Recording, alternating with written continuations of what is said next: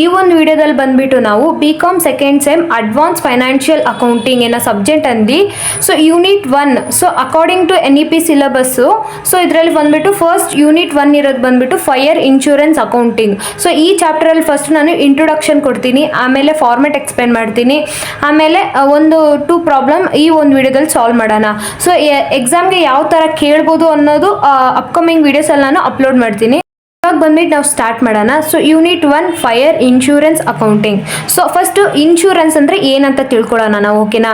So insurance is a contract between 2 persons or parties, ಓಕೆನಾ. So insurance ಅನ್ನೋದು ಒಂದು contract ಆಗಿರುತ್ತೆ, ಯಾರ ಮಧ್ಯೆ ಒಂದು 2 ಪರ್ಸನ್ಸ್ ಮಧ್ಯ ಒಂದು ಕಾಂಟ್ರಾಕ್ಟ್ ನಡೆಯುತ್ತಲ್ಲ ಅದನ್ನ ನಾವು ಇನ್ಶೂರೆನ್ಸ್ ಅಂತ ಹೇಳ್ತೀವಿ. ಸೊ ಇನ್ಶೂರೆನ್ಸಲ್ಲಿ ಬಂದ್ಬಿಟ್ಟು ಟೂ ಟೈಪ್ಸ್ ಆಫ್ ಪೀಪಲ್ಸ್ ಅಂದರೆ 2 ಪರ್ಸನ್ಸ್ ಇರ್ತಾರಲ್ಲ, ಸೊ ಆ ಪರ್ಸನ್ಸನ್ನು ಏನೇನಂತ ಹೇಳ್ತೀವಿ, ಒಬ್ಬರನ್ನ ಬಂದ್ಬಿಟ್ಟು ಇನ್ಶೂರ್ಡ್ ಅಂತ ಹೇಳ್ತೀವಿ, ಇನ್ನೊಬ್ರು ಬಂದ್ಬಿಟ್ಟು ಇನ್ಶೂರರ್ ಅಂತ ಹೇಳ್ತೀವಿ. ಸೊ ಇನ್ಶೂರ್ಡ್ ಅಂದ್ರೆ ಯಾರು, ಸೊ ಒಂದು ಇಂಡಸ್ಟ್ರಿ ಇದೆ ಅನ್ಕೊಳ್ಳಿ, ಸೊ ಒಂದು ಕಂಪನಿ ಇದೆ, ಸೊ ಅವ್ನು ನಡೆಸ್ತಾ ಇದ್ದಾನಲ್ಲ, ಸೊ ಅವನ್ನ ನಾವು ಇನ್ಶೂರ್ ಅಂತ ಹೇಳ್ತೀವಿ. ಇನ್ಶೂರರ್ ಅಂದ್ರೆ ಇನ್ಶೂರೆನ್ಸ್ ಕಂಪನಿಯವರನ್ನ ನಾವು ಇನ್ಶೂರರ್ ಅಂತ ಹೇಳ್ತೀವಿ. ಸೊ ಈ ಇನ್ಶೂರ್ಡ್ ಇದಾನಲ್ಲ, ಸೊ ಇವ್ನು ಬಂದ್ಬಿಟ್ಟು ಪ್ರೀಮಿಯಂನ ಪೇ ಮಾಡ್ತಾನೆ. ಸೊ 3 months ಒನ್ಸ್ ಇರ್ಬೋದು, 6 months ಇರ್ಬೋದು, 12 months ಇರ್ಬೋದು.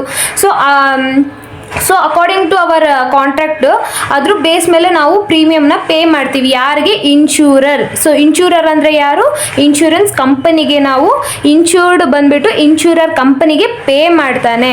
ಸೊ ಅದನ್ನ ನಾವು ಇನ್ಶೂರೆನ್ಸ್ ಅಂತ ಹೇಳ್ತೀವಿ. ಸೊ ಇನ್ಶೂರೆನ್ಸ್ ಅಂದರೆ ಏನು, contract between 2 persons or parties, ಅದನ್ನ ನಾವು ಇನ್ಶೂರೆನ್ಸ್ ಅಂತ ಹೇಳ್ತೀವಿ. ಸೊ ಇನ್ಶೂರ್ಡ್ ಮತ್ತೆ ಇನ್ಶೂರರ್ ಅನ್ನೋ 2 ಪರ್ಸನ್ಸ್ ಇರ್ತಾರೆ. ಇನ್ಶೂರ್ಡ್ ಅಂದರೆ ಏನು, ಯಾರು ಇನ್ಶೂರೆನ್ಸ್ನ ಪೇ ಮಾಡ್ತಾನಲ್ಲ, ಸೊ ಒಂದು ಇನ್ಶೂರೆನ್ಸ್ ಥರ 3 months ಒಂದ್ಸಲಿ ಕಟ್ತಾನಲ್ಲ ಅವನ್ನ ನಾವು ಇನ್ಶೂರ್ಡ್ ಅಂತ ಹೇಳ್ತೀವಿ. ಸೊ ಇನ್ಶೂರರ್ ಅಂದರೆ ಏನು, ಆ ಅಮೌಂಟ್ನ ಕಲೆಕ್ಟ್ ಮಾಡ್ಕೊಂಡು ಇನ್ಶೂರೆನ್ಸ್ ಕಂಪನಿನ ನಡೆಸ್ತಾನಲ್ಲ ಅವನ್ನ ನಾವು ಇನ್ಶೂರರ್ ಅಂತ ಹೇಳ್ತೀವಿ. ಸೊ ಅರ್ಥ ಆಗಿದೆ ಅಲ್ಲ ಇನ್ಶೂರ್ಡ್ ಮತ್ತು ಇನ್ಶೂರರ್ಗೆ. ಸೊ ಪ್ರೀಮಿಯಂ ಅಂದರೆ ಏನು, ಪ್ರೀಮಿಯಂ ಅಂದರೆ the person should pay amount to insurance company. ಒಂದು ಪರ್ಸನ್ ಅಂದರೆ ಇನ್ಶೂರ್ಡ್ ಪರ್ಸನ್ ಇದಾನಲ್ಲ, ಸೊ ಇವನ್ ಪೇ ಮಾಡ್ತಾನಲ್ಲ, ಸೊ ಅದನ್ನು ನಾವು ಪ್ರೀಮಿಯಂ ಅಂತ ಹೇಳ್ತೀವಿ. ಸೊ ಗ್ಯಾರಂಟಿ ಅಂದರೆ, ಸೊ ಈ ಇನ್ಶೂರೆನ್ಸ್ ಕಂಪನಿಯವರು ಗ್ಯಾರಂಟಿ ಕೊಡ್ತಾರೆ ಯಾರಿಗೆ, ಇನ್ಶೂರ್ಡ್ಗೆ. ಸೊ ಅದನ್ನು ನಾವು ಗ್ಯಾರಂಟಿ ಅಂತ ಹೇಳ್ತೀವಿ. ಸೊ ಪ್ರೀಮಿಯಂ ಅಂದರೆ ಗ್ಯಾರಂಟಿ ಅಂದರೆ ಏನಂತ ಅರ್ಥ ಆಯ್ತಲ್ಲ.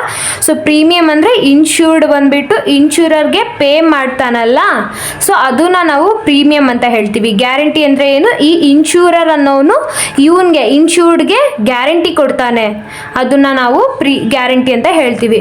ಸೊ ಇನ್ಶೂರ್ಡ್ ಅಂದ್ರೆ ಏನು ಅಂತ ಇಲ್ಲಿ ಡೆಫಿನೇಷನ್ ಬರೆದಿದ್ದೀನಿ. So meaning, so the partner whose risk is covered is called insured. So insured ಅಂದ್ರೆ ಏನು, ಯಾರು ತನ್ನ ರಿಸ್ಕ್ ಅನ್ನು ಕವರ್ ಮಾಡ್ಕೋತಾನೋ ಅವನ್ನ ನಾವು ಇನ್ಶೂರ್ಡ್ ಅಂತ ಹೇಳ್ತೀವಿ. ಅಂದ್ರೆ ರಿಸ್ಕ್ ಅಂದ್ರೆ ಹೆಂಗ್ ಕವರ್ ಮಾಡ್ಕೊಳ್ಳೋ, ಇವಾಗ ಏನಾರೆ ನನಗೆ ನನ್ನ ಇಂಡಸ್ಟ್ರಿಯಲ್ಲಿ ಬಂದ್ಬಿಟ್ಟು ಫೈರ್ ಆಕ್ಸಿಡೆಂಟ್ ಆದಾಗ, ಸೊ ಆ ರಿಸ್ಕ್ ನ ಕವರ್ ಮಾಡಕ್ಕೆ ನಾನು ಒಂದು ಇನ್ಶೂರೆನ್ಸ್ ಮಾಡಿರ್ತೀನಲ್ಲ, ಸೊ ಅದಕ್ಕೆ ನಾವು ಇನ್ಶೂರ್ಡ್ ಅಂತ ಹೇಳ್ತೀವಿ. ಸೊ ನಾನು ಕವರ್ ಮಾಡಿದ್ದೀನಿ ನನ್ನ ಫೈರ್ ಆಕ್ಸಿಡೆಂಟ್ ಆಗಿರೋದ್ರಿಂದ ನನ್ನ ಇಂಡಸ್ಟ್ರಿನ, ಸೊ ಅದಕ್ಕೆ ನಾವು ಇನ್ಶೂರ್ಡ್ ಅಂತ ಹೇಳ್ತೀವಿ. ಸೊ ಇನ್ಶೂರರ್ಗೆ ಮೀನಿಂಗ್ ಇಲ್ಲಿದೆ, the company which agrees to indemnify the assured is called ಇನ್ಶೂರರ್.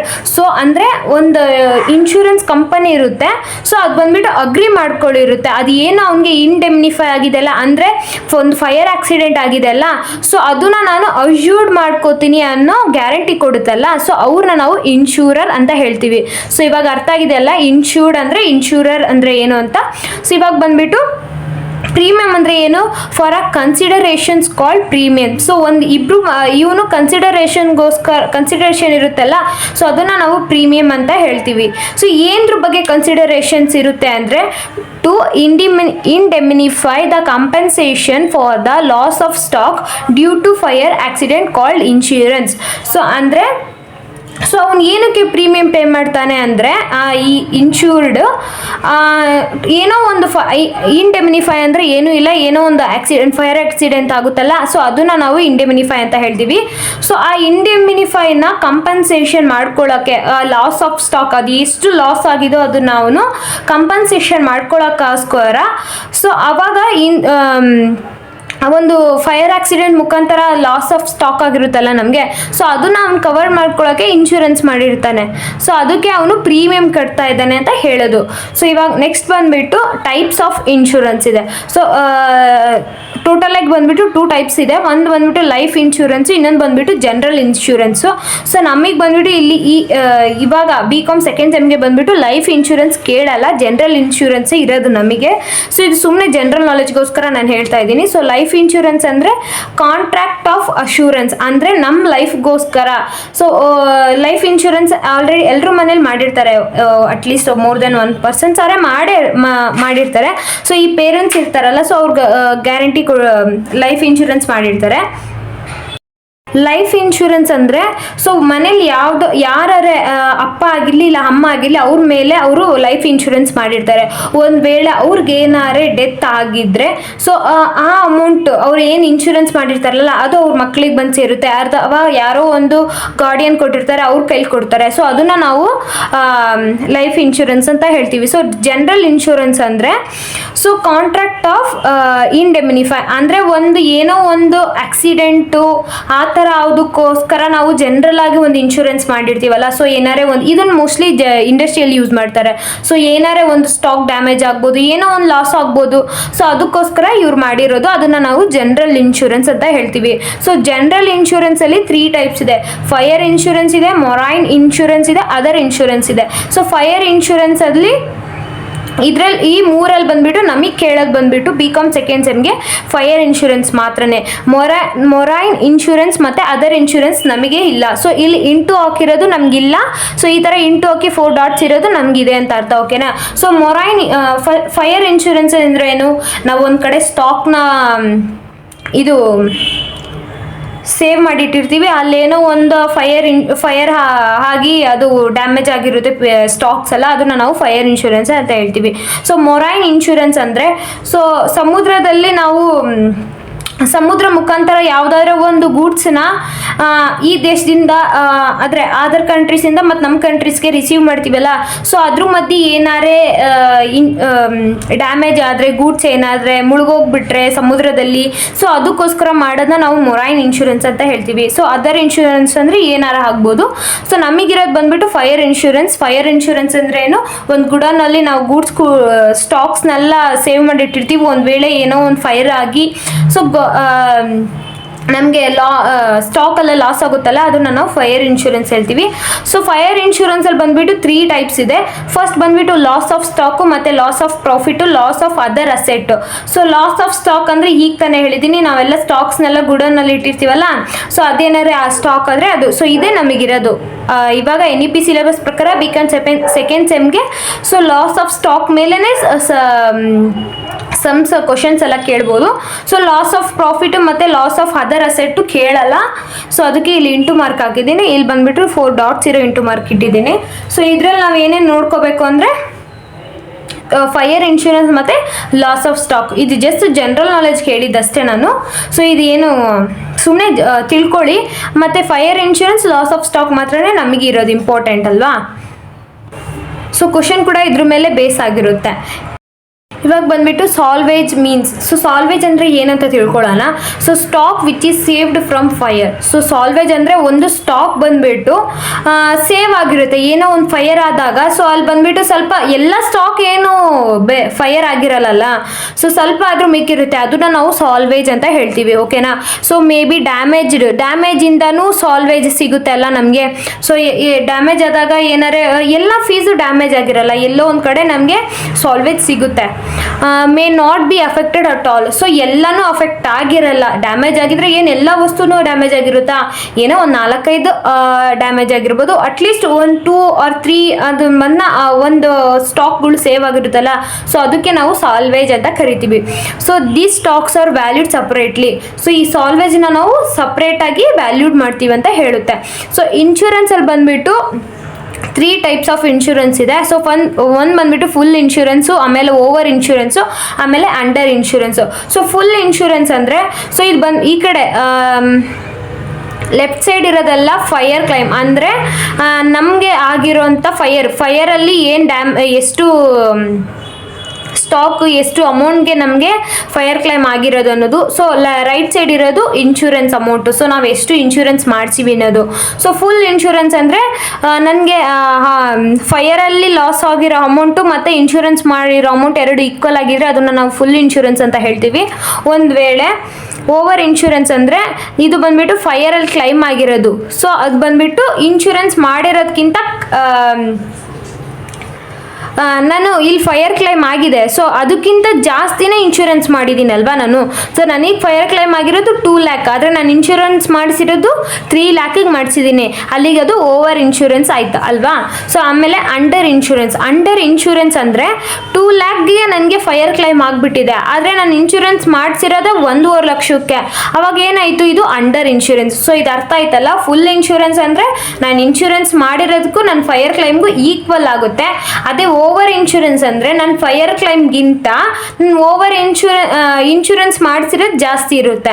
Under insurance ಅಂದರೆ ನನ್ನ ಫೈರ್ ಕ್ಲೈಮ್ ಆಗಿರೋದು 2 ಲಕ್ಷ, ಆದರೆ ನಾನು ಮಾಡಿಸಿರೋದೇ 1.5 ಲಕ್ಷ. ಅದನ್ನು ನಾವು ಅಂಡರ್ ಇನ್ಶೂರೆನ್ಸ್ ಅಂತ ಹೇಳ್ತೀವಿ. ಸೊ ಅರ್ಥ ಆಗಿರುತ್ತೆ ಅನ್ಕೊತೀನಿ. ಸೊ ಇಲ್ಲಿ ಬಂದ್ಬಿಟ್ಟು ಈ ಚಾಪ್ಟ್ರಲ್ಲಿ ಬಂದ್ಬಿಟ್ಟು ನಮಗೆ 5 ಮೆಥಡ್ಸ್ ಇದೆ. There are 5 steps for the of fire claims. So ಒಂದು ಫೈರ್ ಕ್ಲೈಮ್ಸ್ನ ಕಂಡುಹಿಡಿಯೋಕ್ಕೆ ಇಲ್ಲಿ ಬಂದ್ಬಿಟ್ಟು 5 ಸ್ಟೆಪ್ಸ್ ಇದೆ. ಫಸ್ಟ್ ಸ್ಟೆಪ್ ಬಂದ್ಬಿಟ್ಟು ಟ್ರೇಡಿಂಗ್ ಅಕೌಂಟಲ್ಲಿ ಆಲ್ರೆಡಿ ನಾವು ಫಸ್ಟ್ ಸೆಮ್ಮಲ್ಲೇ ಮಾಡಿದ್ದೀವಿ ಸ್ವಲ್ಪ. ಸೊ ಟ್ರೇಡಿಂಗ್ ಅಕೌಂಟ್ ಬಗ್ಗೆ ಸ್ವಲ್ಪ ನಾಲೆಡ್ಜ್ ಇರುತ್ತೆ ಎಲ್ರಿಗೂ. ನೆಕ್ಸ್ಟ್ ಬಂದ್ಬಿಟ್ಟು ಸೊ ಸ್ಟೆಪ್ 1 ಏನು, preparations of trading account. First trading account ಅಂದರೆ ಏನಂತ ತಿಳ್ಕೊಳ್ಳೋಣ. ಈ trading account is prepared for the preceding year of the fire for the purpose of ascertaining the amount of gross profit. So trading account ನಾವು ಏನಕ್ಕೋಸ್ಕರ prepare ಮಾಡ್ತೀವಂದರೆ, ಒಂದು fire ಆಗಿರೋ ಇಯರಲ್ಲಿ ಬಂದ್ಬಿಟ್ಟು ಒಂದು ಸರ್ಟೈನ್ ಅಮೌಂಟ್ ನಮಗೆ ಗೊತ್ತಾಗಿರಲ್ಲ, ಗ್ರಾಸ್ ಪ್ರಾಫಿಟ್ ಅಲ್ವಾ. ಸೊ ಅದಕ್ಕೆ ಒಂದು ಲಾಸ್ಟ್ ಇಯರ್ ಬೇಸ್ ಮಾಡಿ ಒಂದು ಗ್ರಾಸ್ ಪ್ರಾಫಿಟ್ನ ಕಂಡುಹಿಡಿಯೋದಕ್ಕೋಸ್ಕರ ಈ ಒಂದು ಸ್ಟೆಪ್ ಮಾಡ್ತೀವಿ. So this step is necessary when ratio of gross profit is not given. So ಈ ಸ್ಟೆಪ್ ಬಂದ್ಬಿಟ್ಟು ನೆಸೆಸರಿ ಇರುತ್ತೆ. ಯಾವಾಗ ಅಂದರೆ ಒಂದು rate of gross profit ratio ಯಾವಾಗ ಕೊಟ್ಟಿರಲ್ವೋ, ಸೊ ಅವಾಗ ಬಂದ್ಬಿಟ್ಟು ನಾವು ಟ್ರೇಡಿಂಗ್ ಅಕೌಂಟ್ನ ಪ್ರಿಪೇರ್ ಮಾಡಲೇಬೇಕು. ಸೊ ಯಾವಾಗ ಲಾಸ್ಟ್ ಇಯರ್ದು ಸ್ಟಾಕು ಪರ್ಚೇಸ್ ಇದೆಲ್ಲ ಕೊಟ್ಟು ಮತ್ತು ಗ್ರಾಸ್ ಪ್ರಾಫಿಟ್ ರೇಷಿಯೋ ಕೊಟ್ಟಿಲ್ಲ ಅಂದರೆ ಅವಾಗ ನಾವು ಟ್ರೇಡಿಂಗ್ ಅಕೌಂಟ್ನ ಮಾಡಲೇಬೇಕು. ಸೊ ಟ್ರೇಡಿಂಗ್ ಅಕೌಂಟ್ ಮಾಡಿದಾಗ ತಾನೇ ನಮಗೆ ಗ್ರಾಸ್ ಪ್ರಾಫಿಟ್ ಸಿಗುತ್ತೆ. ಆವಾಗ ನಾವು ಆ ಗ್ರಾಸ್ ಪ್ರಾಫಿಟ್ ಇಟ್ಕೊಂಡು ಗ್ರಾಸ್ ಪ್ರಾಫಿಟ್ ರೇಷಿಯೋನ ಕಂಡುಹಿಡಿಬೋದು. ಸೊ ಅವಾಗ ಇದು ಯೂಸ್ ಆಗುತ್ತೆ. So the following is the format of trading account, ಓಕೆನಾ. ಸೊ ಇಲ್ಲಿದೆಲ್ಲ trading account for the year ending. So year ending ಅಂತ ಈ ಥರ ಹೆಡ್ಡಿಂಗ್ ಹಾಕ್ಬಿಟ್ಟು ಪರ್ಟಿಕ್ಯುಲರ್ಸ್ ಅಮೌಂಟ್ ಡೆಬಿಟ್ ಸೈಡು ಮತ್ತು ಕ್ರೆಡಿಟ್ ಸೈಡ್ ಏನೇನು ಬರುತ್ತೆ ಅಂತ ಹೇಳ್ತೀನಿ. ಫಸ್ಟು ಡೆಬಿಟ್ ಸೈಡಲ್ಲಿ ಏನು ಬರುತ್ತೆ ಅಂದರೆ ಓಪನಿಂಗ್ ಸ್ಟಾಕ್ ಬರುತ್ತೆ. ಆಮೇಲೆ ಪರ್ಚೇಸ್ ಬರುತ್ತೆ.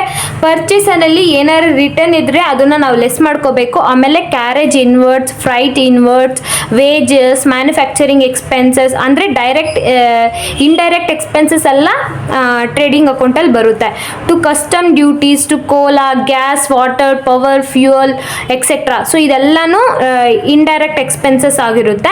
ಆಮೇಲೆ ಬಂದ್ಬಿಟ್ಟು ಕ್ರೆಡಿಟ್ ಸೈಡಲ್ಲಿ ಬಂದ್ಬಿಟ್ಟು ಬೈ ಸೇಲ್ಸ್, ಆಮೇಲೆ ಲೆಸ್ ರಿಟರ್ನ್ ಅಂದರೆ ಸೇಲ್ಸ್ ಆಗಿರೋದು ತೊಗೊಂಡು ಆಮೇಲೆ ಲೆಸ್ ಮಾಡಬೇಕು. ರಿಟರ್ನ್ ಯಾವುದೇನಾಗಿದೆಯೋ ಲೆಸ್ ಮಾಡಿ ಈ ಕಡೆ ಹಾಕಬೇಕು.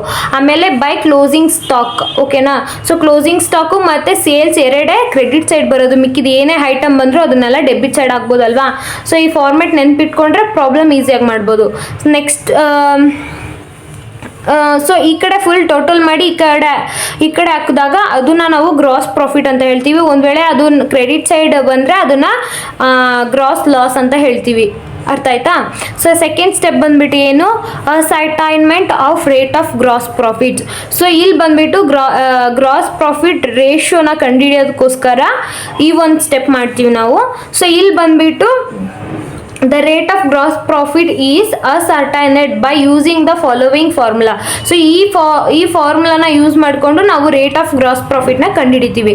So rate of gross profit is equal to gross profit divided by net sales means sales, okay.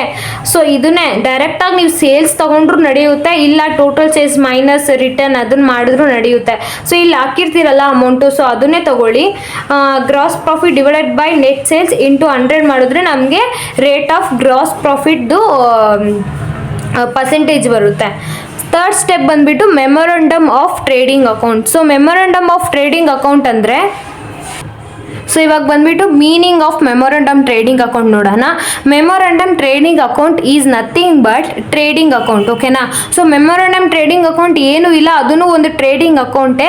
But ಇದನ್ನ ಏನಕ್ಕೆ ಪ್ರಿಪೇರ್ ಮಾಡ್ತೀವ ಅಂದರೆ ನಾವು, ಸೊ ಇವಾಗ ಬಂದುಬಿಟ್ಟು ನಂದು ಇನ್ನೂ ಕಂಪ್ಲೀಟ್ ಇಯರ್ ಎಂಡಿಂಗ್ ಆಗಿಲ್ಲ, ಮಿಡಲಲ್ಲಿ ನನಗೆ ಫೈರ್ ಆಕ್ಸಿಡೆಂಟ್ ಆಗಿರೋದ್ರಿಂದ ಸೊ ನಮಗೆ ಏನು ಫುಲ್ ಡೀಟೇಲ್ಸ್ ಗೊತ್ತಿಲ್ಲಲ್ಲ. ಸೊ ಅದಕ್ಕೋಸ್ಕರ ಇದನ್ನು ನಾವು ಮೆಮೊರಂಡಮ್ ಟ್ರೇಡಿಂಗ್ ಅಕೌಂಟ್ ಅಂತ ಹೇಳ್ತೀವಿ. ಸೊ ಪ್ರೀವಿಯಸ್ ಇಯರ್ ಬೇಸ್ ಇಟ್ಕೊಂಡು ಮತ್ತು ಈ ವರ್ಷ ಏನೇನು ಸ್ಟಾಕ್ ಇತ್ತು ಅದನ್ನ ಇಟ್ಕೊಂಡು ಮಾಡ್ತೀವಲ್ಲ, ಅದರಿಂದ ನಾವು ಇದನ್ನ ಮೆಮೊರಂಡಮ್ ಟ್ರೇಡಿಂಗ್ ಅಕೌಂಟ್ ಅಂತ ಹೇಳ್ತೀವಿ. Prepared to ascertain the stock on the date of fire accident. So ಏನಕ್ಕೋಸ್ಕರ ಪ್ರಿಪೇರ್ ಮಾಡ್ತೀವಿ ಅಂದರೆ, ಒಂದು ಆ ಡೇಟ್ ಆಫ್ ಫೈರಲ್ಲಿ ಎಷ್ಟು ಸ್ಟಾಕ್ ಇತ್ತು ಅನ್ನೋದು ಒಂದು ತಿಳ್ಕೊಬೇಕು ಅನ್ನೋ ಕಾರಣಕ್ಕೋಸ್ಕರ ಈ ಒಂದು ಮೆಮೊರಂಡಮ್ ಟ್ರೇಡಿಂಗ್ ಅಕೌಂಟ್ನ ನಾವು ಪ್ರಿಪೇರ್ ಮಾಡ್ತೀವಿ. It is not prepared as A part of double entry system. So ಇಲ್ಲಿ ಬಂದುಬಿಟ್ಟು ನಾವು ಡಬಲ್ ಎಂಟ್ರಿ ಸಿಸ್ಟಮ್ನ ನಾವು ಪ್ರಿಪೇರ್ ಮಾಡೋಕ್ಕಾಗಲ್ಲ, ಎರಡೆರಡು ಟ್ರೇಡಿಂಗ್ ಅಕೌಂಟ್. ಸೊ ಅದಕ್ಕೋಸ್ಕರ ಇಲ್ಲಿ ಮೆಮೊರಂಡಮ್ ಟ್ರೇಡಿಂಗ್ ಅಕೌಂಟ್ ಅಂತ ಹೇಳ್ತೀವಿ ಇದನ್ನ ನಾವು, ಓಕೆನಾ. ಸೊ ಅರ್ಥ ಆಯ್ತಲ್ಲ ಮೀನಿಂಗು. ಮೆಮೊರಂಡಮ್ ಟ್ರೇಡಿಂಗ್ ಅಕೌಂಟ್ ಅಂದರೆ ಏನು? ಸೊ ಇದನ್ನ ಒಂದು ಡೇಟ್ ಆಫ್ ಫೈರ್ ಆಗಿದೆಯಲ್ಲ ಆ ದಿನದಂದು ಸ್ಟಾಕ್ ಎಷ್ಟಿದೆ ಅಂತ ಕಂಡುಹಿಡಿಯೋದಕ್ಕೋಸ್ಕರ ನಾವು ಮೆಮೊರಂಡಮ್ ಟ್ರೇಡಿಂಗ್ ಅಕೌಂಟ್ನ ಮಾಡ್ತೀವಿ. ಸೊ ಇಲ್ಲಿದೆ format of memorandum trading account. First debits ಈ ಥರ ಡೇಟ್ ಆಗಬೇಕು. ಅಂದರೆ ಫಸ್ಟ್ ಫಾರ್ಮ್ ಯಾವಾಗ ಸ್ಟಾರ್ಟ್ ಮಾಡಿದ್ವಿ, till the date of fire. So ಯಾವತ್ತು ಫೈರ್ ಆಗಿದೆಯೋ ಈ ಥರ ಡೇಟ್ ಬರಿಬೇಕು ಮೇಲೆ. From 1st April till the ಯಾವ ಡೇಟು, ಸೊ ಅಕ್ಟೋಬರ್ 1 ಇರ್ಬೋದು, ಆ ಥರ ಯಾವುದೋ ಒಂದು ಡೇಟ್ ಕೊಟ್ಟಿರ್ತಾರಲ್ಲ, ಸೊ ಅಲ್ಲಿ ಡೇಟ್ ಹಾಕೋದು ಒಂದು ಕಂಪಲ್ಸರಿ ಇರುತ್ತೆ. ಆಮೇಲೆ particulars amount same as it is trading account ನಾವು ಯಾವ ಥರ ಮಾಡೋದು ಎಲ್ಲ ಸೇಮು. ಬಟ್ ಇಲ್ಲಿ ಬಂದುಬಿಟ್ಟು ಟ್ರೇಡಿಂಗ್ ಅಕೌಂಟಲ್ಲಿ ಬಂದುಬಿಟ್ಟು ನಾವು ಗ್ರಾಸ್ ಪ್ರಾಫಿಟಲ್ಲೇ ನಿಲ್ಲಿಸ್ತಾ ಇದ್ವಲ್ವಾ. ಸೊ ಇಲ್ಲಿ ಬಂದುಬಿಟ್ಟು ಹಂಗಲ್ಲ. ಸೊ ಈ ಕಡೆ ಫುಲ್ ಇನ್ನೊಂದು ಹೇಳ್ತೀನಿ, ಟ್ರೇಡಿಂಗ್ ಅಕೌಂಟ್ ಅಂದರೆ ಯಾವಾಗಲೂ ಅದು ಡೆಬಿಟ್ ಸೈಡಲ್ಲಿ ಜಾಸ್ತಿ, ಕ್ರೆಡಿಟ್ ಸೈಡಲ್ಲಿ ಜಾಸ್ತಿ ಇರುತ್ತೆ. ಬಟ್ ಮೆಮೊರಂಡಮ್ ಟ್ರೇಡಿಂಗ್ ಅಕೌಂಟ್ ಬಂದಿದ ತಕ್ಷಣವೇ ನೀವು ಡೆಬಿಟ್ ಸೈಡೇ ಯಾವಾಗಲೂ ಜಾಸ್ತಿ ಇರುತ್ತೆ. ಸೊ ಇದನ್ನೆಲ್ಲ ಟೋಟಲ್ ಮಾಡಿ ಈ ಕಡೆ ಇರೋದು ಲೆಸ್ ಮಾಡಿ ಹಾಕಿದಾಗ ಬರುತ್ತಲ್ಲ, ಆ ಒಂದು ಐಟಮ್ನ ನಾವು closing stock on the date of fire ಅಂತ ಹೇಳ್ತೀವಿ, ಓಕೆನಾ. ಸೊ ಇವಾಗ ಬಂದುಬಿಟ್ಟು preparations of memorandum trading account ಅರ್ಥ ಆಗಿರುತ್ತೆ ಅನ್ಕೊತೀನಿ. ಸೊ ಫೋರ್ತ್ ಸ್ಟೆಪ್ ಬಂದುಬಿಟ್ಟು ascertainment of actual amount of loss. So ಇದು ಬಂದುಬಿಟ್ಟು ಫೋರ್ತ್ ಸ್ಟೆಪ್ ಆಗಿರುತ್ತೆ. ಸೊ ಸ್ಟೆಪ್ 4ಅಲ್ಲಿ ಏನು ಮಾಡ್ತೀವಿ ಅಂದರೆ ಆ್ಯಕ್ಚುಯಲ್ ಅಮೌಂಟ್ ಆಫ್ ಲಾಸ್ನ ನಾವು ಕಂಡುಹಿಡಿತೀವಿ, ಓಕೆನಾ. ಸೊ ಇದರಲ್ಲಿ ಬಂದುಬಿಟ್ಟು ಫಾರ್ಮ್ಯಾಟ್ ಈ ಥರ ಇರುತ್ತೆ, ಪರ್ಟಿಕ್ಯುಲರ್ಸ್ ಅಮೌಂಟ್ ಅಂತ. ಸೊ ಫಸ್ಟ್ ಐಟಮ್ ಬಂದುಬಿಟ್ಟು stock on the date of fire. So ಆ ಸ್ಟಾಕ್ ಆಗಿದೆಯಲ್ಲ, ಸೊ ಇದನ್ನು stock on the date of fire ನಾವು ಎಲ್ಲಿ ಕಂಡುಹಿಡಿತೀವಿ ಅಂದರೆ ಮೆಮೊರಂಡಮ್ ಟ್ರೇಡಿಂಗ್ ಅಕೌಂಟಲ್ಲಿ ಬಂದಿರುತ್ತಲ್ಲ, ಅದನ್ನು ನಾವು stock on the date of fire ಅಂತ ಹೇಳ್ತೀವಿ, ಓಕೆನಾ.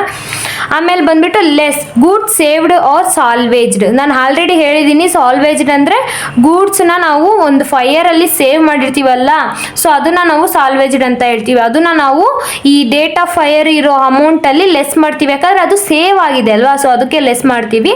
ಆಮೇಲೆ ಆ್ಯಡ್ ಮಾಡ್ತೀವಿ expenses incurred for extinguishing fire if any. So extinguishing ಫೈರಲ್ಲಿ ಏನಾರ ಎಕ್ಸ್ಪೆನ್ಸ್ ಏನಾರ ಇನ್ಕರ್ಡ್ ಆಗಿದ್ರೆ ಅದನ್ನು ನಾವು ಆ್ಯಡ್ ಮಾಡ್ಕೋತೀವಿ. ಆಮೇಲೆ ಆ್ಯಡ್ ಮಾಡಿದಾಗ ಸಿಗುತ್ತಲ್ಲ ಅದನ್ನು ನಾವು ಆ್ಯಕ್ಚುಯಲ್ ಅಮೌಂಟ್ ಆಫ್ ಲಾಸ್ ಅಂತ ಹೇಳ್ತೀವಿ. ಸೊ ಇಲ್ಲಿ ಏನು ನಾವು ಆನ್ಸರ್ ಸಿಗುತ್ತಲ್ಲ ಫೈನಲಾಗಿ ಅದನ್ನು ನಾವು ಅಮೌಂಟ್ ಆಫ್ ಲಾಸ್ ಅಂತ ಹೇಳ್ತೀವಿ. ಆಮೇಲೆ ಬಂದುಬಿಟ್ಟು ಸ್ಟೆಪ್ 5 ಬಂದುಬಿಟ್ಟು ascertainment of climb amount. So ಈ ಸ್ಟೆಪ್ ಯಾವಾಗ ಮಾಡ್ತೀವಿ ಅಂದರೆ, ಒಂದು ಪಾಲಿಸಿ ಅಮೌಂಟ್ ಕ್ವಶನಲ್ಲಿ ಕೊಟ್ಟಾಗ ಪಾಲಿಸಿ ಅಮೌಂಟ್ ಕೊಟ್ಟರೆ ಮಾತ್ರ 5th ಸ್ಟೆಪ್ ಮಾಡಬೇಕು, ಇಲ್ಲ ಅಂದರೆ ಇಲ್ಲಿಗೆ ಸ್ಟಾಪ್ ಮಾಡಬೇಕು. ಇದೇ ಅಮೌಂಟ್ ಕ್ಲೈಮ್ ಅಂತ ಹೇಳಬೇಕು, ಓಕೆನಾ. ಸೊ ಇದರಲ್ಲಿ ಬಂದುಬಿಟ್ಟು for the amount of loss incurred, the claim must be calculated. Calculations of claim depends on the extent of insurance on the value of goods, okay na. So amount of claim is equal to, ಇದು formula ಆಗಿರುತ್ತೆ, policy amount into actual loss of stock divided by stock on the date of fire. So ಇದು policy amount ಕೊಟ್ಟಿದ್ರೆ ಮಾತ್ರ 5th step ಮಾಡೋದಲ್ವಾ ನಾವು. So policy amount into actual loss of stock ಎಲ್ಲಿದೆ, ಇಲ್ಲಿದೆ. ಆಮೇಲೆ stock on the date of fire ಎಲ್ಲಿದೆ, so ಇಲ್ಲಿದೆ. So ಇದು ಫಸ್ಟ್ ಒನ್ ಆಗಿರ್ಬೋದು, ಇಲ್ಲರೆ ಮೆಮೊರಂಡಮ್ ಟ್ರೇಡಿಂಗ್ ಅಕೌಂಟಲ್ಲಿ ಇಲ್ಲಿರೋದು ತೊಗೊಂಡ್ರು ನಡೆಯುತ್ತೆ, ಎರಡು ಒಂದೇ ಅಮೌಂಟ್ ಆಗಿರುತ್ತೆ. ಸೊ ನೀವು ಇಲ್ಲೇ ಇದು ಮತ್ತು ಇದು ತೊಗೊಂಡು ಆಮೇಲೆ ಇಂಟು ಪಾಲಿಸಿ ಅಮೌಂಟ್ ಮಾಡಿದ್ರೆ 5th ಸ್ಟೆಪ್ ಕಂಪ್ಲೀಟ್ ಆಗುತ್ತೆ. ಸೊ ಇಲ್ಲಿಗೆ ನಾನು ಎಲ್ಲ ಫಾರ್ಮೆಟ್ ಎಕ್ಸ್ಪ್ಲೈನ್ ಮಾಡಿದ್ದೀನಿ. ಆಮೇಲೆ ಇನ್ನು ಮುಂದೆ ಡೆಪ್ಟರ್ಸ್ ಅಕೌಂಟ್ ಮತ್ತು ಕ್ರೆಡಿಟರ್ಸ್ ಅಕೌಂಟ್ ಯೂಸ್ ಆಗುತ್ತೆ. ಸೊ ಅದು ಆ ಒಂದು ಸಮ್ ಮಾಡೋವಾಗ ಅದ್ರದ್ದು ಫಾರ್ಮೆಟ್ ಎಕ್ಸ್ಪ್ಲೇನ್ ಮಾಡ್ತೀನಿ. ಸೊ ಇದು ಈ ಚಾಪ್ಟರ್ದು 5 ಫಾರ್ಮೆಟ್ ಆಗಿರುತ್ತೆ. ಇವಾಗ ಬಂದುಬಿಟ್ಟು ಒಂದು ಪ್ರಾಬ್ಲಮ್ ಇದ್ರ ಮೇಲೆ ಸಾಲ್ವ್ ಮಾಡೋಣ. ಸೊ ಇಲ್ಲಿ ಬಂದ್ಬಿಟ್ಟು ನಾನು ಡೈರೆಕ್ಟಾಗಿ ಸ್ಟೆಪ್ 5 ಇರೋ ಪ್ರಾಬ್ಲಮ್ ತೊಗೊಂಡಿಲ್ಲ.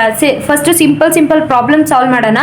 ಆಮೇಲೆ ಒಂದು 5-6 ಪ್ರಾಬ್ಲಮ್ಸ್ ಆದಮೇಲೆ ನಾವು ಡೈರೆಕ್ಟಾಗಿ ಮಾಡೋಣ ಎಲ್ಲ ಪ್ರಾಬ್ಲಮ್ಸ್, ಓಕೆನಾ. ಸೊ ಈ ಕ್ವಶನ್ ಬೇಸ್ ಮಾಡಿ ನಾವು ಯಾವ ಮೆಥಡ್ ಮಾಡಬೇಕು ಅನ್ನೋದು, ಯಾವ ಸ್ಟೆಪ್ ಮಾಡಬೇಕು ಅದನ್ನು ನೋಡೋಣ. ಸೊ ಫಸ್ಟ್ ಬಂದುಬಿಟ್ಟು problem number 1, calculations of fire claim, ಓಕೆನಾ. Stock on the date of fire 6 lakhs rupees, ಓಕೆನಾ.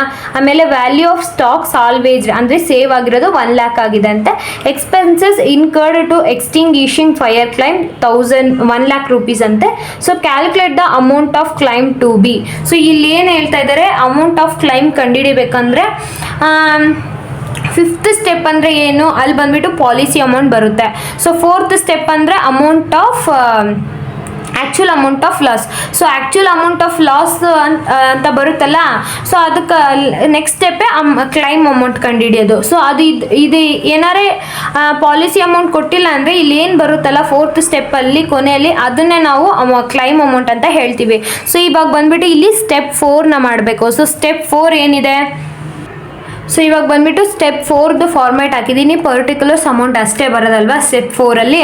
ಸೊ ಫಸ್ಟ್ ಐಟಮ್ ಸ್ಟೆಪ್ 4ಅಲ್ಲಿ ಏನು ಬರುತ್ತೆ, stock on the date of fire, ಓಕೆನಾ. ಸೊ ಅದನ್ನು ಬರಿತೀನಿ, stock on the date of fire. So ಎಷ್ಟು, 6 lakhs rupees. ಆಮೇಲೆ ಏನು ಮಾಡಬೇಕು, ಸೆಕೆಂಡ್ ಸ್ಟೆಪ್ ಬಂದುಬಿಟ್ಟು ಲೆಸ್ ಸ್ಯಾಲ್ವೇಜ್ಡ್. ಸೊ ಅಂದರೆ ಗೂಡ್ಸ್ ಸೇವ್ಡ್ ಅವ್ರು ಸಾಲ್ವೇಜ್ಡ್ ಏನು ಬರೋದ್ರು ನಡೆಯುತ್ತೆ. ಸೊ ಸ್ಯಾಲ್ವೇಜ್ ಡೇರ್ ಎಷ್ಟಿರೋದು 1 lakh rupees ಇದೆ. ಸೊ 6 lakhಲ್ಲಿ 1 lakh ಹೋದರೆ 5 lakh rupees ಬಂತಾ. ಇದಾಗಿದ ತಕ್ಷಣ ನೆಕ್ಸ್ಟ್ ಈ ಕಡೆ ಆ್ಯಡ್. ಸೊ ನಾನು ಒಂದು ನಿಮಿಷ ಫಾರ್ಮೆಟ್ ತೋರಿಸ್ತೀನಿ. ಸೊ ಇಲ್ಲಿ ನೋಡಿ ಫಾರ್ಮೆಟ್ ಮುಖಾಂತರ ಹೋಗ್ತಾ ಇದ್ದೀನಿ ನಾನು. ಆಮೇಲೆ 4th ಸ್ಟೆಪ್ಪಲ್ಲಿ stock on the date of fire. So stock on the date of fire ಎಷ್ಟು ಕೊಟ್ಟಿದ್ದಾರೆ, 6 lakh ತೊಗೊಂಡಿದ್ದೀನಿ. ಆಮೇಲೆ ಲೆಸ್ ಸ್ಯಾಲ್ವೇಜ್ಡ್ ತೊಗೊಂಡಿದ್ದೀನಿ, ಲೆಸ್ ಮಾಡಿ ಒಂದು ಅಮೌಂಟ್ ಬಂದಿದೆ ಅದನ್ನು ಹಾಕಿದ್ದೀನಿ. ಆಮೇಲೆ add expenses incurred for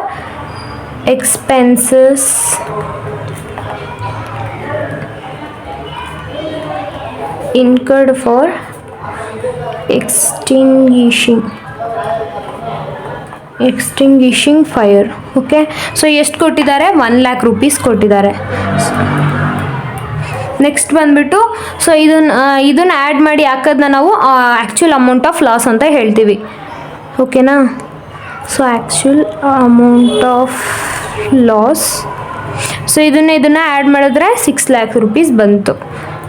so ಇದು ನಮ್ಮ ಫೈನಲ್ ಆನ್ಸರ್ ಆಗಿರುತ್ತೆ. ಒಂದು ವೇಳೆ ಪಾಲಿಸಿ ಅಮೌಂಟ್ ಕೊಟ್ಟಿದ್ರೆ ನಾನು ಸ್ಟೆಪ್ 5 ಮಾಡಿ claim amount is equal to amount of claim is equal to ಏನಂತ ಆಗ್ತಿದೆ. ಸೊ ಇಲ್ಲಿ ಬಂದುಬಿಟ್ಟು ಪಾಲಿಸಿ ಅಮೌಂಟ್ ಕೊಟ್ಟಿಲ್ಲ, ಅದಕ್ಕೋಸ್ಕರ ಈ ಫೈನಲ್ ಏನು ಬರುತ್ತಲ್ಲ, ಸೊ ಅದನ್ನೇ ನಾವು ಅಮೌಂಟ್ ಆಫ್ ಕ್ಲೈಮ್ ಅಂತ ಹೇಳ್ತೀವಿ. So amount of claim is equal to 6,000, okay, 6 lakh, sorry. ಒಂದು ವೇಳೆ ಪಾಲಿಸಿ ಅಮೌಂಟ್ ಕೊಟ್ಟಿದ್ರೆ ಸ್ಟೆಪ್ 5 ಯೂಸ್ ಮಾಡಿ ನಾವು ಅದನ್ನು ಕಂಡುಹಿಡಿತಾ ಇದ್ವಿ. ಸೊ ಇದು ಅರ್ಥ ಆಯ್ತಲ್ಲ ಫಸ್ಟ್ ಪ್ರಾಬ್ಲಮ್ಮು. ಇವಾಗ ಬಂದುಬಿಟ್ಟು ಇನ್ನೊಂದು ಪ್ರಾಬ್ಲಮ್ ಮಾಡೋಣ. ಈ ಕ್ವಶನಲ್ಲಿ ಬಂದುಬಿಟ್ಟು ಪಾಲಿಸಿ ಅಮೌಂಟ್ ಕೊಟ್ಟಿದ್ದಾರೆ. ಫಸ್ಟ್ ಕ್ವಶನ್ ಎಕ್ಸ್ಪ್ಲೇನ್ ಮಾಡ್ತೀನಿ. Stock on the date of fire 2,50,000, stock salvaged 50,000, expenses incurred to extinguish fire 10,000, insurance policy 2 lakh. So insurance policy ಅವ್ರು ಕೊಟ್ಟಿದ್ದಾರೆ. ಸೊ ನಮಗೆ ಇಲ್ಲಿ ಬಂದುಬಿಟ್ಟು stock on the date of fire ಗೊತ್ತು. So ಈ formula use ಮಾಡಿ amount ಕ್ಲೈಮ್ನ ಕಂಡುಹಿಡಿಬೋದು. But actual loss of stock ನಮ್ಗೆ ಗೊತ್ತಿಲ್ವಲ್ಲ. ಸೊ ಅದನ್ನು ಕಂಡುಹಿಡಿಯೋಕ್ಕೆ ನಾವು ಸ್ಟೆಪ್ 4 ಮಾಡಬೇಕು ಅಲ್ವಾ. ಸೊ ಅದಕ್ಕೆ ಸ್ಟೆಪ್ 4ದು ನಾನು ಫಾರ್ಮೇಟ್ ಹಾಕೊಂಡಿದ್ದೀನಿ. ಸ್ಟೆಪ್ 4 ಕಂಡುಹಿಡಿದ ಮೇಲೆ ನನಗೆ ಆ್ಯಕ್ಚುಲ್ ಅಮೌಂಟ್ ಆಫ್ ಲಾಸ್ ಸಿಗುತ್ತೆ. ಆವಾಗ ನಾನು ಅಮೌಂಟ್ ಆಫ್ ಕ್ಲೈಮ್ ಕಂಡುಹಿಡಿಯೋಕ್ಕೆ ಈಸಿ ಆಗುತ್ತೆ. ಅದಕ್ಕೋಸ್ಕರ ಇದನ್ನು ನಾನು ಹೇಳಿದ್ದೀನಿ ಇವಾಗ. ಸೊ ಇಲ್ಲಿ ಬಂದುಬಿಟ್ಟು ಪಾಲಿಸಿ ಅಮೌಂಟ್ ಇದ್ದರೆ ಡೈರೆಕ್ಟಾಗಿ ನಾವು 5th ಸ್ಟೆಪ್ ಮಾಡ್ಬೋದು. But actual loss of stock ನಮ್ಗೆ ಗೊತ್ತಿಲ್ವಲ್ಲ. ಸೊ ಇಲ್ಲಿ ಡೀಟೇಲ್ಸ್ ಕೊಟ್ಟಿದ್ದಾರೆ, ಅದನ್ನ ಇಟ್ಕೊಂಡು ನಾವು ಆ್ಯಕ್ಚುಲ್ ಲಾಸ್ ಆಫ್ ಸ್ಟಾಕ್ನ ಕಂಡುಹಿಡಿಬೋದು ಇವಾಗ. ಸೊ ಫಸ್ಟ್ ಐಟಮ್ ಏನು, stock on the date of fire ಅಲ್ವಾ. Stock on the date of fire. So ಎಷ್ಟು? 2,50,000. ನೆಕ್ಸ್ಟ್ ಬಂದುಬಿಟ್ಟು ಲೆಸ್ ಸ್ಯಾಲ್ವೇಜ್ಡ್. ಸಾಲ್ವೇಜ್ಡ್ ಎಷ್ಟಿರೋದು? 50,000. ಸೊ ಇದರಲ್ಲಿ 2,50,000 50,000 ಹೋದರೆ 2 lakh rupees ಬರುತ್ತೆ. ನೆಕ್ಸ್ಟ್ ಬಂದುಬಿಟ್ಟು ಏನು? Add expenses incurred for extinguishing fire. So ಎಷ್ಟು ಕೊಟ್ಟಿದ್ದಾರೆ? 10,000 ಕೊಟ್ಟಿದ್ದಾರೆ. 2 lakhಗೆ 10,000 ಆ್ಯಡ್ ಮಾಡಿದಾಗ ಏನು ಬರುತ್ತೆ? 2,10,000 rupees ಬರುತ್ತೆ. ಅದನ್ನು ನಾವು ಏನಂತ ಹೇಳ್ತೀವಿ? ಆ್ಯಕ್ಚುಯಲ್ ಅಮೌಂಟ್ ಆಫ್ ಕ್ಲೈಮ್ ಅಂತ ಹೇಳ್ತೀವಿ. ಸೊ ಇವಾಗ ಅಮೌಂಟ್ ಆಫ್ ಕ್ಲೈಮ್